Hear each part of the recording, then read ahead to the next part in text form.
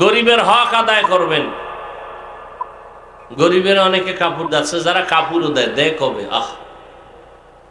গরিব যেন বাজারটা করার টাইম না পায়, এই টাইমে ঠেকাই এরপরে দিবে। কারণ রোজার শুরুতে দিলে সমস্যাটা কি? 10-15 রোজার মধ্যে দিয়ে দিলে সমস্যা কি? না, এটারে ঝুলায় রাখবে।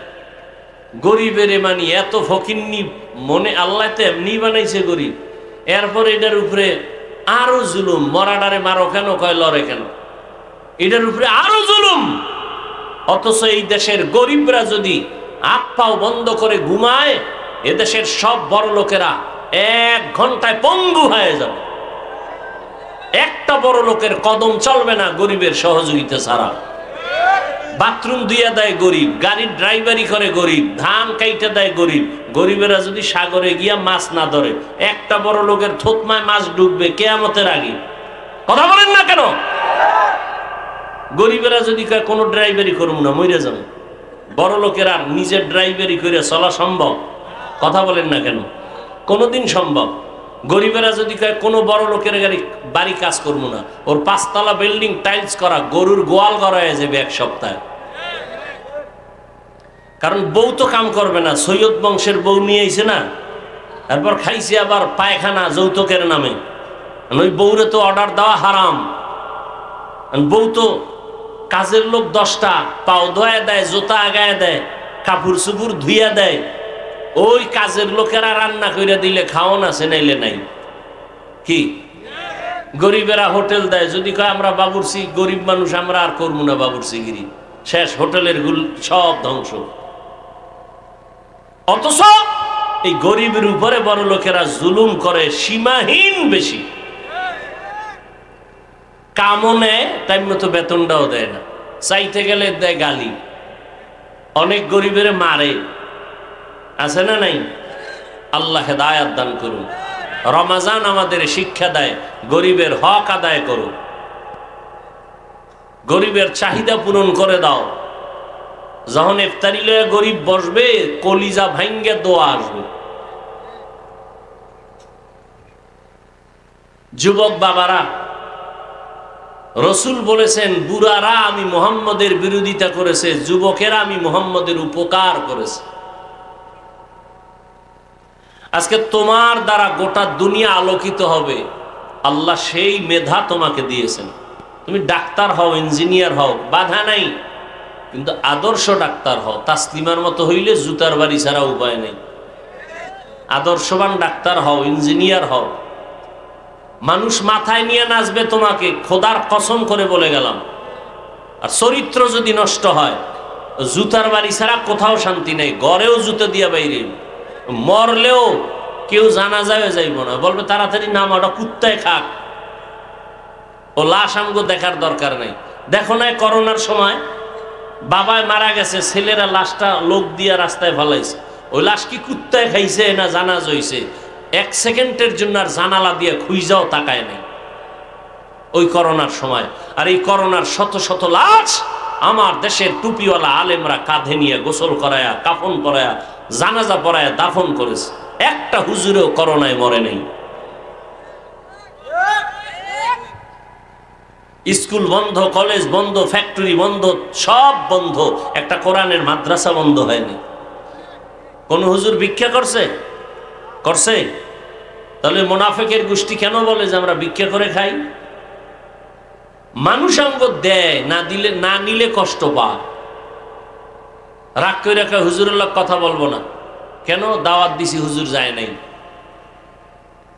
রমাজানে তো ইমামগো ডায়েরি রাখা লাগে, সাহারি 2 ঘরে, ইফতারি 3 ঘরে, ইফতারি এরপরে নাম মাগরিবের পরে আবার খাওন।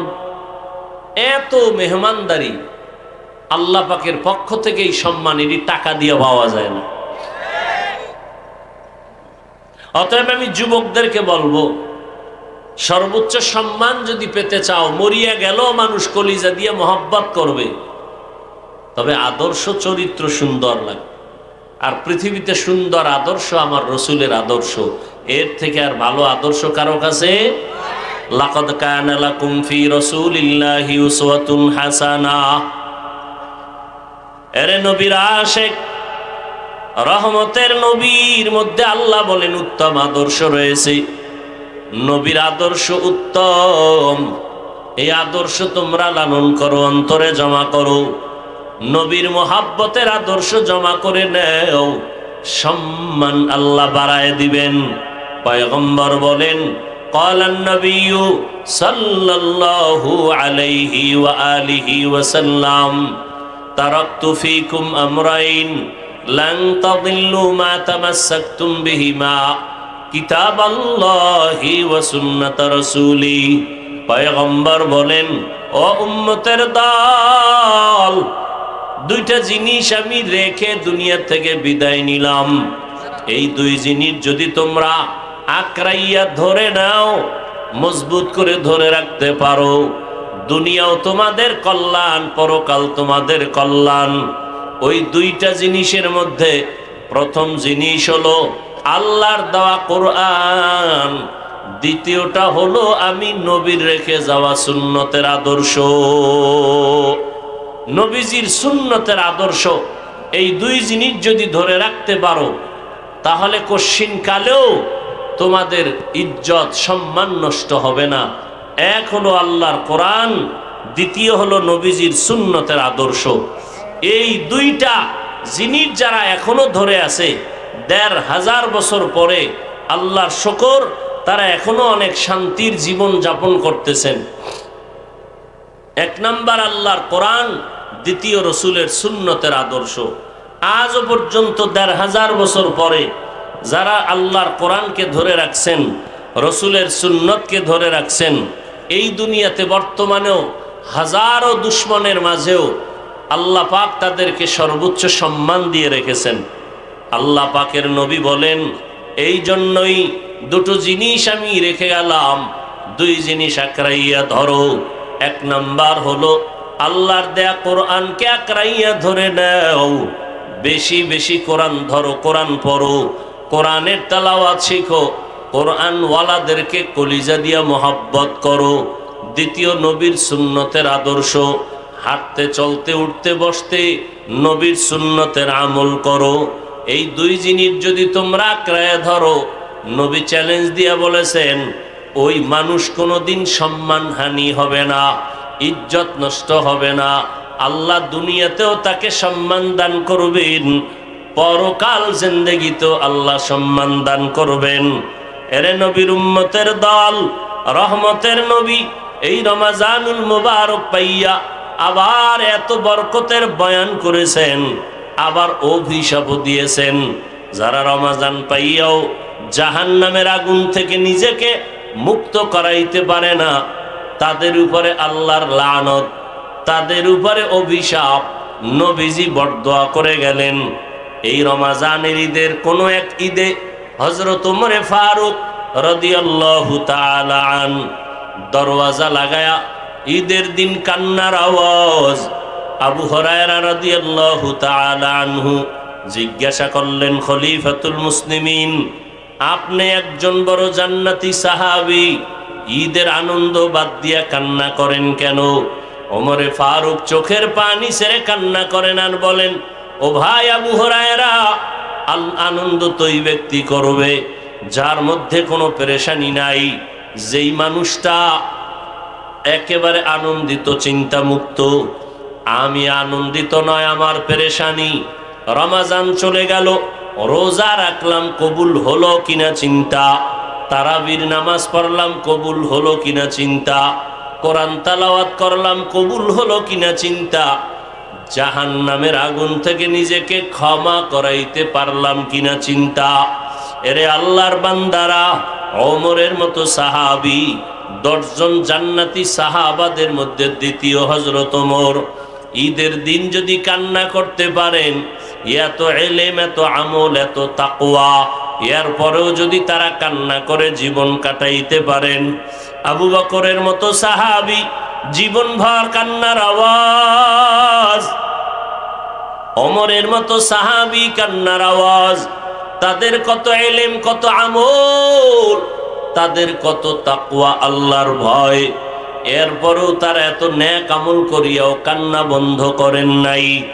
আর আমরা মুসলমান নবীর উম্মত দাবি করি, আমাদের চোখে পানি নাই। আমার পাশে মোনাজাতে কেউ যদি কান্না করে, ওর দিকে তাকাইয়া আবার অনেকে হাসি ঠাট্টা করি, কপাল পুড়িয়া গেল, নিজেও কান্না করতে পারি না, অন্যে কান্না করে তাও পছন্দ করি না। আল্লাহর কাছে তওবা করেন ও যুবক বাবারা, ও বৃদ্ধ বাবাজি, ও পর্দার আড়ালের আম্মা জানেরা। আল্লাহর কাছে রমজানুল মুবারক পেয়েছি, তওবার মাস, রহমতের মাস। তাহাজ্জুদ পড়ার সুযোগ পাইয়া যেন বঞ্চিত না হই। সাহারি খাওয়ার আগে ওযু বানাইয়া 2 রাকাত তাহাজ্জুদ নামাজ পড়ে আল্লাহর কাছে কান্নাকাটি করে খানা খাবো। এরপরে ফজরের নামাজ পড়ে আল্লাহর কোরআন তেলাওয়াত করব, আল্লাহর কোরআনের তেলাওয়াত শুনবো, রোজার হক আদায় করব, আল্লাহর কাছে তওবা করে নিব। জীবনে কত অন্যায় করেছি, দুনিয়ার আমার আপনজনেরা কেউ জানেন আমি কত বড় অপরাধী। ও আল্লাহ, আপনি ভালো করে জানেন। আল্লাহকে মনে মনে ডাকবেন আর বলবেন, ও দয়ার মালিক, আমার গুনার খবর আমার মা বাবা, আমার ভাই বোন আপনজন জানলে আমাকে কেউ সম্মান দিত না। আয় আল্লাহ, আপনি জানেন আমি কত বড় গুনাহগার। গুনার কারণে আমার হাত নাপাক, আমার জিহ্বা নাপাক, আমার অন্তর নাপাক। আয় আল্লাহ, আজকে আমি তওবার নিয়ত করে ফেললাম, জীবনে আর নামাজ ছাড়বো না, আর দাড়ি কাটবো না, বেপরদায় চলবো না, রোজার হক আদায় করে রোজা রাখবো, তারাবির নামাজ পড়বো, তাহাজ্জুদ পড়বো, নবীজির তরিকা অনুযায়ী চলবো, আর কখনো গুনাহের কাছেও যাব না, নিজেও গুনার থেকে বেঁচে থাকবো। আমার অধীনস্থ আপনজন যারা, এদেরকেও গুনাহের থেকে বাঁচাইয়া রাখার চেষ্টা করব। রোজার মাধ্যমে তাকওয়া অর্জন করিয়া আয় আল্লাহ, আপনার কাছে আমি মুত্তাকি হিসাবে পরিচয় দেওয়ার চেষ্টা করব। আল্লাহ পাক বলেন, আমি বান্দার দিকে অপেক্ষায় থাকি, বান্দা কখন তওবার নিয়ত করবে। যদি হাজারো গুনাহ করিয়া আমার কাছে তওবা করে চোখের পানি ছেড়ে দেয়, আমি আল্লাহ তওবা কবুল করে তার জীবনের সব গুনাহ মাফ করে দিব। ও আল্লাহর বান্দারা, ও যুবক বাবারা, অন্তরকে বুঝাও। তোমার আমার মতো যুবক জেনারেল লাইনে থাকিয়াও নামাজ ছাড়ে না, তুমি আমি কেন পারবো না? ও বৃদ্ধ বাবাজিরা, আপনার মতো কত বুড়া মানুষ এই রমজানে কষ্ট করিয়া রোজা রাখে, মসজিদে গিয়া নামাজ পড়ে, আপনি কেন পারবেন না? ও পর্দার আড়ালের আম্মা জানেরা, আপনাদের মতো কত মা এখনো আছে 5 ওয়াক্ত নামাজ পড়ে, স্বামীর মাল হেফাজত করে, সন্তানগুলোকে আদর্শওয়ালা বানানোর চেষ্টা করে, আপনি কেন পারবেন না? আজকে থেকে তৈরি হয়ে যাই, আল্লাহর কাছে তওবা করি, রোজাদারের দোয়া কবুল হয়ে যায়। তাকওয়া অর্জন করার জন্য, গুনাহ মুক্ত হওয়ার জন্য তওবার খাস নিয়ত করিয়া বলি মনে মনে, হে আল্লাহ, আজকে থেকে আর নামাজ ছাড়বো না, একটা ফরজ রোজাও ভাঙবো না। মা বাবার দোয়া নিয়া, ওলামায়ে কেরামের পরামর্শ নিয়া, মুরব্বীদের দোয়া নিয়া, নবীর তরিকা অনুযায়ী চলবো।